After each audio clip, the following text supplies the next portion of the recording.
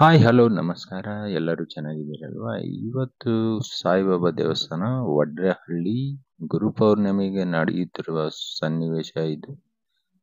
ತುಂಬಾ ಜನ ಬಂದಿದ್ದಾರೆ. ಜನ ಸಾಗರನೇ ಇದೆ. ಗುರು ಬಗ್ಗೆ ಶಿಷ್ಯರು ಹೇಗಿರ್ಬೇಕು ಅಂತ ಗುರೂಜಿ ಹೇಳ್ತಾರೆ.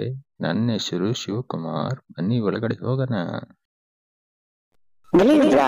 ಇದು ಕನ್ನಡ ಚಾನೆಲ್ ಬ್ರೋ. ಒಳ್ಳೆ ಇನ್ಫಾರ್ಮೇಶನ್ ಇದು. ಸೌಂಡ್ ಸ್ವಲ್ಪ ರೀಸೌಂಡ್ ಇದೆ, ನೀವು ಕೇಳಿ. ಒಳ್ಳೆ ಇನ್ಫಾರ್ಮೇಶನ್. ನಾವು ಬರುವಾಗ ಈ ರಸ್ತೆಯಲ್ಲಿ ಯಾಕೆ ಇಲ್ಲಿಯ ಎಲ್ಲ ಇಡೀ ವಾತಾವರಣದಲ್ಲಿ ಜನದಟ್ಟಣೆ ಇದೆ. ಯಾಕೆ ಇಷ್ಟೊಂದು ಜನ ಇಲ್ಲಿ ಸೇರಿದ್ದಾರೆ ಅಂತ ಯೋಚನೆ ಮಾಡಿದರೆ, ಇವತ್ತು ಭಾನುವಾರ, ಇದೇ ಗುರುಪೂರ್ಣಿಮೆಯ ವೈಶಿಷ್ಟ್ಯ ಬದುಕಿನ ಸಾರ. ಗುರುಪೂರ್ಣಿಮೆಯ ದಿವಸ ಎಲ್ಲ ಕಡೆಯಲ್ಲೂ ಇವತ್ತು ಗುರುವಿನ ಆರಾಧನೆ ಆಗ್ತದೆ. ಅಂದರೆ ಗುರು ಇದ್ದಾಗ ಬದುಕು ಪೂರ್ಣ. ಎಲ್ಲಿಯವರೆಗೆ ನಮ್ಮ ಜೊತೆ ಗುರು ಇರ್ತಾನೆ ಅಲ್ಲಿಯವರೆಗೆ ನಮ್ಮ ಬದುಕು ಪೂರ್ಣ. ಅದು ಪೂರ್ಣಿಮೆ ಚಂದ್ರದಂತೆ ತಂಪನ್ನು ಕೊಡ್ತಕ್ಕಂಥ ವ್ಯವಸ್ಥೆಯನ್ನು ಮಾಡಿಕೊಡುತ್ತದೆ. ಇದು ಬಹಳ ಮುಖ್ಯವಾಗಿ ಗಮನಿಸಬೇಕು. ಗುರು ಪೂರ್ಣಿಮೆಯ ಕಾರ್ಯಕ್ರಮವನ್ನು ಪೂರ್ಣಿಮೆ ದಿವಸವೇ, ಆಷಾಢ ಮಾಸದ ಶುಕ್ಲ ಪಕ್ಷದ ಈ ಹುಣ್ಣಿಮೆ ದಿವಸವೇ ಯಾಕೆ ಮಾಡುತ್ತಾರೆ ಅಂತ.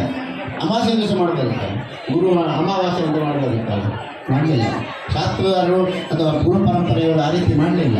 ಯಾಕೆ ಮಾಡಲಿಲ್ಲ ಅಂತ ಹೇಳಿದರೆ, ಚಂದ್ರ ಪೂರ್ಣತೆಯ ಸಂಕೇತ, ತಂಪನ್ನು ನೀಡತಕ್ಕಂಥವನು, ಗುರು ಕಾರುಣ್ಯಕ್ಕೆ, ಗುರು ಅನುಗ್ರಹಕ್ಕೆ, ಗುರು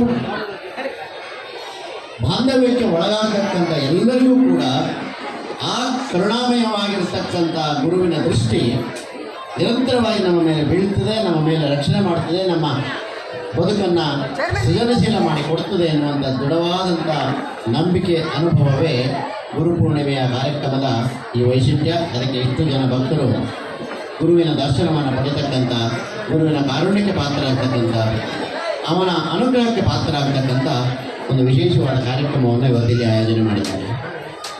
ಮನುಷ್ಯನ ಜೀವನ ಅದಕ್ಕಿಂತ ಜ್ಯೋತಿಷರು ಮೊದಲು ನೋಡುವುದೇ ನಿಮ್ಮ ಹುಟ್ಟಿದ ಸಮಯದಿಂದ ಈಗ ನಡೀತಾ ಇರುವಂಥ ಸಮಯಕ್ಕೆ ಮೊದಲನೆಯದು ದೈವಾನುಗ್ರಹ ಇದೆಯಾ, ಎರಡನೇದು ಗುರು ಅನುಕೂಲವಾಗಿರುವ ಸ್ಥಾನದಲ್ಲಿ ಇದ್ದಾನ ಅಂತ.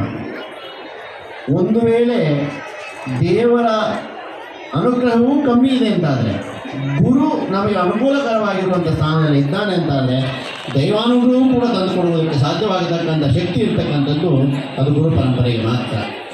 ಹಾಗಾಗಿ ದೇವರು ಮುನಿದರೆ ಗುರು ಪರಿಹರಿಸ್ತಾನೆ, ಗುರು ಮುನಿದರೆ ದೇವರು ಪರಿಹರಿಸುವುದಿಲ್ಲ ಅಂತ ಶಾಸ್ತ್ರ ಅನುಭವದ ಮಾತದು. ಶಾಸ್ತ್ರಕ್ಕಿಂತ ಅನುಭವದ ಮಾತು. ನೀವು ಆ ಬದುಕನ್ನು ಸೃಜನಶೀಲ ಆಗಬೇಕು, ಬದುಕಲ್ಲಿ ನೆಮ್ಮದಿ ಸಿಗಬೇಕು, ಸಂತೋಷ ಸಿಗಬೇಕು, ಸಂಭ್ರಮ ಸಿಗಬೇಕು, ಆನಂದ ಸಿಗಬೇಕು. ಅದಕ್ಕೆ ಒಂದು ದೈವಾನುಗ್ರಹ, ಎರಡನೇದು ಗುರುಕೃಪೆ.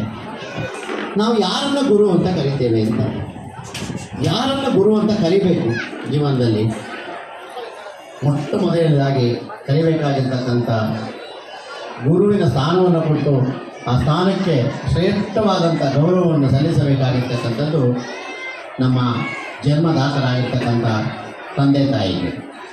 ತಾಯಿಯೇ ಮೊದಲ ಗುರು, ತಂದೆಯೇ ಗುರುಸ್ಥಾನದಲ್ಲಿದ್ದು ಮಾರ್ಗದರ್ಶನವನ್ನು ಮಾಡ್ತಕ್ಕಂಥವರಾದ್ದರಿಂದ ಎಲ್ಲಿಯವರೆಗೆ ನಮಗೆ ಜನ್ಮ ಕೊಟ್ಟಂಥ ತಂದೆ ತಾಯಿಯನ್ನು ಕಡೆಗಾಣಿಸುವಂಥ ವ್ಯವಸ್ಥೆಗೆ ನಾವು ಕಾರಣರಾಗುವುದಿಲ್ಲ, ತಂದೆ ತಾಯಿಯ ಅವಕೃಪೆಗೆ, ಅವರ ಪ್ರೀತಿಗೆ ನಾವು ಬಾಧ್ಯಸ್ಥರಾಗುವುದಿಲ್ಲ, ಅಲ್ಲಿಯವರೆಗೆ ನಮ್ಮ ಬದುಕು ಚೆನ್ನಾಗಿ ಸಮೃದ್ಧವಾಗಿ ಇರುವುದಕ್ಕೆ ಸಾಧ್ಯವಾಗ್ತದೆ.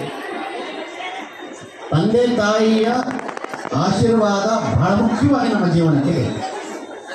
ಅವರ ಆಶೀರ್ವಾದ ಇದೆಯಾ, ಬಾಕಿ ಎಲ್ಲ ಆಶೀರ್ವಾದಗಳು ನಮಗೆ ಸುರಕ್ಷೆಯಾಗಿರುವುದಕ್ಕೆ ಸಾಧ್ಯವಾಗ್ತದೆ.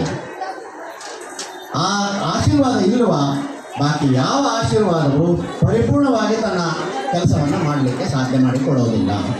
ಹಾಗಾಗಿ ತಾಯಿಯೇ ಮೊದಲ ಗುರು ಅಂತ ಹೇಳುವಂಥ ವ್ಯವಸ್ಥೆಯನ್ನು ಮಾಡಿ ಅಲ್ಲಿಂದ ನಮ್ಮ ಬದುಕು ಪ್ರಾರಂಭವಾಗ್ತದೆ.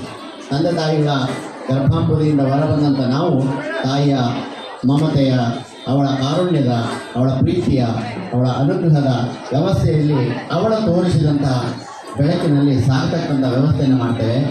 ಅಲ್ಲಿಂದ ಮುಂದುವರೆದು ಈ ಜೀವನವನ್ನು ಸೃಜನಶೀಲ ಮಾಡಿಕೊಳ್ಳೋದಕ್ಕೆ, ಜೀವನವನ್ನು ಸಮೃದ್ಧಗೊಳಿಸಿಕೊಳ್ಳೋದಕ್ಕೆ ತಂದೆಯ ಮಾರ್ಗದರ್ಶನ ಸಿಗ್ತದೆ.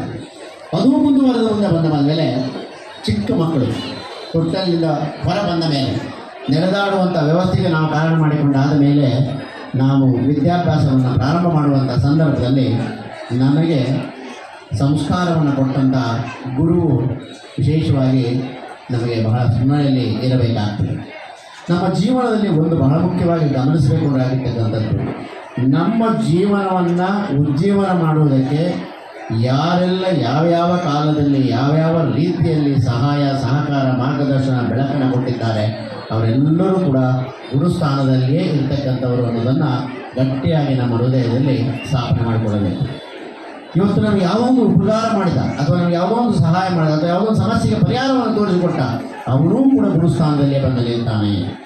ಒಬ್ಬ ಸ್ನೇಹಿತನಾಗಿರ್ಬೋದು, ಆತ್ಮೀಯನಾಗಿರ್ಬೋದು, ವಿಶ್ವಾಸಿನಾಗಿರ್ಬೋದು, ಪಕ್ಕದ ಮನೆಯವನಾಗಿರ್ಬೋದು, ಕುಟುಂಬದಲ್ಲಿ ಇರ್ಬೋದು ಅಥವಾ ಸಮಾಜದಲ್ಲಿ ಇರ್ಬೋದು, ನಾನಾ ರೀತಿಯ ಗೊಂದಲಗಳ ಸಮಸ್ಯೆಗಳಿಂದ ಹೊರಬರುವಂಥ ವ್ಯವಸ್ಥೆಗೆ ನಮ್ಮ ಬದುಕಿನಲ್ಲಿ ಮಾಡಿಕೊಂಡಾಗ ಅದಕ್ಕೆ ಯಾರೆಲ್ಲ ಕಾರಣರಾಗ್ತಾರೆ, ಯಾರೆಲ್ಲ ಸಹಾಯಕರಾಗ್ತಾರೆ, ಯಾರೆಲ್ಲ ನಮಗೆ ಅದಕ್ಕೆ ಮಾರ್ಗದರ್ಶನವನ್ನು ಮಾಡ್ತಾರೆ, ದಾರಿಯನ್ನು ತೋರಿಸ್ತಾರೆ, ಆ ಎಲ್ಲರೂ ಕೂಡ ಗುರುಸ್ಥಾನವನ್ನು ಅಲಂಕರಿಸಿರ್ತಕ್ಕಂಥವ್ರು. ಒಂದು ಬಹಳ ಮುಖ್ಯವಾಗಿ ಗಮನಿಸಬೇಕಾಗಿರ್ತಕ್ಕಂಥ ಅಂಶ, ತಾಯಿ ಮೊದಲ ಗುರು ಅಂತ ನಾವು ಹೇಳ್ತೇವಲ್ಲ, ಒಪ್ಪಿಕೊಂಡಿದ್ದೇವಲ್ಲ, ತಾಯಿಯ ನಿಸ್ವಾರ್ಥವಾಗಿರ್ತಕ್ಕಂಥ ಅಂತರಂಗ, ಅದೇ ಗುರುಕಾರುಣ್ಯ, ಅದೇ ಗುರುವಿನ ನಿಜವಾದ ಸ್ವರೂಪ. ನೀವು ನೋಡಿ, ತಾಯಿ ಯಾವತ್ತೂ ಮಕ್ಕಳಿಂದ ಏನನ್ನೂ ಬಯಸೋದಿಲ್ಲ. ನೀವು ಎಲ್ಲಾದ್ರೂ ಕೇಳಿದ್ರೆ ನನ್ನ ಮಗನೇ ನನಗೆ ಅದು ತಂದು ಕೊಡು, ಐಶ್ವರ್ಯ ಕೊಡು, ಬಂಗಾರ ಕೊಡು, ಏನೂ ಕೇಳೋದಿಲ್ಲ. ಅವ್ರು ಒಂದೇ ಒಂದು ಕೇಳೋದು, ತಾಯಿಯಾಗಲಿ ಗುರುವಾಗಲಿ ಪ್ರೀತಿಸುವ ಅಂದ್ಕೊಂಡನ್ನು ಮಾತ್ರ ಕೇಳ್ತಾರೆ, ಅಪೇಕ್ಷೆ ಪಡ್ತಾರೆ ಬಿಟ್ಟರೆ ಅದನ್ನು ಬಾಯ್ಬಿಟ್ಟು ಹೇಳೋದಿಲ್ಲ. ಅದನ್ನು ಮಾತ್ರ ಮಕ್ಕಳಿಂದ ನಿರೀಕ್ಷೆ ಮಾಡ್ತಾರೆ ಬಿಟ್ಟರೆ ಬೇರೆ ಏನನ್ನೂ ನಿರೀಕ್ಷೆ ಮಾಡೋದಿಲ್ಲ. ತನ್ನನ್ನು ತಾನು ಪೂರ್ಣವಾಗಿ ಸಮರ್ಪಣೆ ಮಾಡಿಕೊಳ್ತಕ್ಕಂಥ ಜೀವ ಅದು ತಾಯಿ. ಅದೇ ರೂಪದಲ್ಲಿ ಕಾಣಬಹುದಾಗಿರ್ತಕ್ಕಂಥ ಇನ್ನೊಂದು ರೂಪ ಅದೇ ಗುರು. ಗುರುವಿನ ಕಾರುಣ್ಯಕ್ಕೆ ಒಳಗಾದಾಗ, ಗುರುವಿನ ಸಾಮೀಪ್ಯಕ್ಕೆ ಒಳಗಾದಾಗ, ಗುರುವಿನ ಅತ್ಯಂತ ಹತ್ತಿರಕ್ಕೆ ನಾವು ಹೋದಾಗ ನಮ್ಮಲ್ಲಿ ಆಗಬೇಕಾಗಿರ್ತಕ್ಕಂಥ ಬದಲಾವಣೆ ಅಂದರೆ ನಾವೇ ಗುರುವಾಗಬೇಕು, ನಾವೇ ತಾಯಿಯಾಗಬೇಕು. ಆಗ ಮಾತ್ರ ನಮ್ಮ ಬದುಕು ಸಾರ್ಥಕ್ಯವನ್ನು ಕಾಣಲಿಕ್ಕೆ ಸಾಧ್ಯವಾಗ್ತದೆ. ಗುರುವಿನ ಗುಲಾಮನಾಗುವ ತನಕ ದೊರೆಯದನ್ನ ಮುಗುತ್ತಿ ಅಂತ ಪುರಂದರದಾಸರು. ಗುರುವಿನ ಗುಲಾಮನಾಗುವ ತನಕ ದೊರೆಯದನ್ನ ಮುಗುತ್ತಿ ಅಂತ. ಗುರುವಿನ ದಾಸನಾಗಬೇಕು, ದೇವರ ದಾಸನಾಗಬೇಕು, ಧರ್ಮದ ದಾಸನಾಗಬೇಕು, ಸಂಸ್ಕಾರದ ದಾಸನಾಗಬೇಕು, ಸಂಸ್ಕೃತಿಯ ದಾಸನಾಗಬೇಕು, ಹಿರಿಯರ ದಾಸನಾಗಬೇಕು, ಕರ್ತವ್ಯದ ದಾಸನಾಗಬೇಕು, ಉತ್ತಮ ಸೇವಾ ಕಾರ್ಯಕ್ಕೆ ದಾಸನಾಗಬೇಕು, ಉತ್ತಮ ಶ್ರೇಷ್ಠವಾದ ಗುಣಗೌರವಕ್ಕೆ ದಾಸನಾಗಬೇಕು. ಆಗ ಆ ದಾಸ ಶ್ರೇಷ್ಠ ಗುರುವಾಗಿ ತನ್ನನ್ನು ತಾನು ಸಮಾಜದಲ್ಲಿ ಸಮರ್ಪಕವಾಗಿ ನೆಲೆಗೊಳಿಸಿಕೊಳ್ಳುವಂಥ ವ್ಯವಸ್ಥೆಗೆ ಕಾರಣ ಮಾಡಲಿಕ್ಕೆ ಸಾಧ್ಯವಾಗ್ತದೆ. ಗುರುಪೂರ್ಣಿಮೆಯ ವ್ಯವಸ್ಥೆ ಬದುಕನ್ನು ಉತ್ತಮವಾಗಿ ಪರಿಪೂರ್ಣತೆಗೆ ತೆಗೆದುಕೊಂಡು ಹೋಗುವುದಕ್ಕಾಗಿಯೇ ಈ ದಿನವನ್ನು ವಿಶೇಷವಾದ ದಿನವಾಗಿ ಇಟ್ಟಿದ್ದಾರೆ. ಎಲ್ಲ ಕಡೆ ಗುರುಗಳಿದ್ದಾರೆ, ಎಲ್ಲ ಜನಾಂಗದಲ್ಲೂ ಗುರುಗಳಿದ್ದಾರೆ, ಎಲ್ಲ ವ್ಯವಸ್ಥೆಯಲ್ಲೂ ಗುರುಗಳಿದ್ದಾರೆ. ನಮಗೆ ಹೇಳಿಲ್ಲ, ನಮಗೆ ಯಾವುದನ್ನು ತೊಂದರೆಗೆ ತಾಪತ್ರಯಕ್ಕೆ ಒಳಗಾಗತಕ್ಕಂಥ ಸನ್ನಿವೇಶದಿಂದ ನಮ್ಮನ್ನು ಪರಿಹರಿಸುವಂಥ ವ್ಯವಸ್ಥೆ ಯಾರೆಲ್ಲ ಮಾಡಿದ್ದಾರೆ ಅವರೆಲ್ಲರೂ ಗುರು ಸಮಾನತೆ. ಗುರುಪೀಠಗಳಿದ್ದಾವೆ, ಗುರು ಸಾನ್ನಿಧ್ಯಗಳಿದ್ದಾವೆ. ಬೇಕಾದಂಥ ರೀತಿಯಲ್ಲಿ ಗುರುವಿನ ಕೃಪೆಯನ್ನು, ಗುರುವಿನ ಗುರು ಪೂರ್ಣಿಮೆಗೆ ಗುರು ಮಾತಾಡಿರೋ ಮಾತುಗಳೆಲ್ಲ ಕೇಳ್ತಾರಲ್ವಾ, ಇಲ್ಲಿ ಅನ್ನಪ್ರಸಾದ ನಡೀತಿದೆ. ಡಬರಗಳು ಮಾಡ್ತಾ ಇದ್ದಾರೆ ಲಕ್ಷಾಂತರ ಜನ. ಈ ವಿಡಿಯೋ ಇಷ್ಟವಾಗಿದ್ರೆ ಲೈಕ್, ಶೇರ್, ಸಬ್ಸ್ಕ್ರೈಬ್ ಮಾಡಿ. Tata, bye bye, see you next video.